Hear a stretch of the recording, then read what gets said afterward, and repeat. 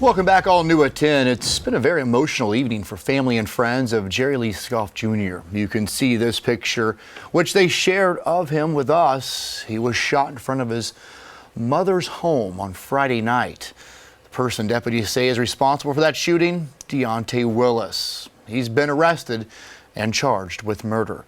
The victim's friends and family held a candlelight vigil in front of the mother's home where that shooting took place, and dozens showed up for it. And really a heartbreaking case here. Investigators say the shooting stemmed from a negative relationship between the two. And Fox Carolina's Jarvis Robertson was there at that vigil tonight. He's live in Gaffney with emotional memories from the family, and I can see some of that vigil continuing behind you. Yeah, that's right, guys. This vigil did start at 7:30 this evening, and you can see the family. They decided to come out and gather around this cross to show support in memory of their loved one, Jerry Lee Scalf. You can see here this cross that was built by someone in the family. It was definitely heartbreaking to be here, but they choose to remember their loved one. Awful.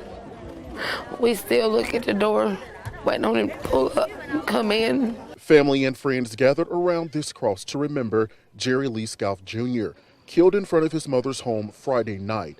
I spoke to his sister. Through pain and heartbreak, she says Lee was a person that spread joy. Funny, outgoing. If you had a bad day, he'd make you laugh. And now a piece of her life destroyed. And deputies say it was all by this guy, Deontay Willis. The only brother I had. He was my hero. Cherokee County Sheriff Steve Mueller says Willis has been charged with murder, saying he had been involved in verbal fights with the victim before. But now 3 girls left with only memories of their father. He loved him with everything in him. And he'll always be there watching them.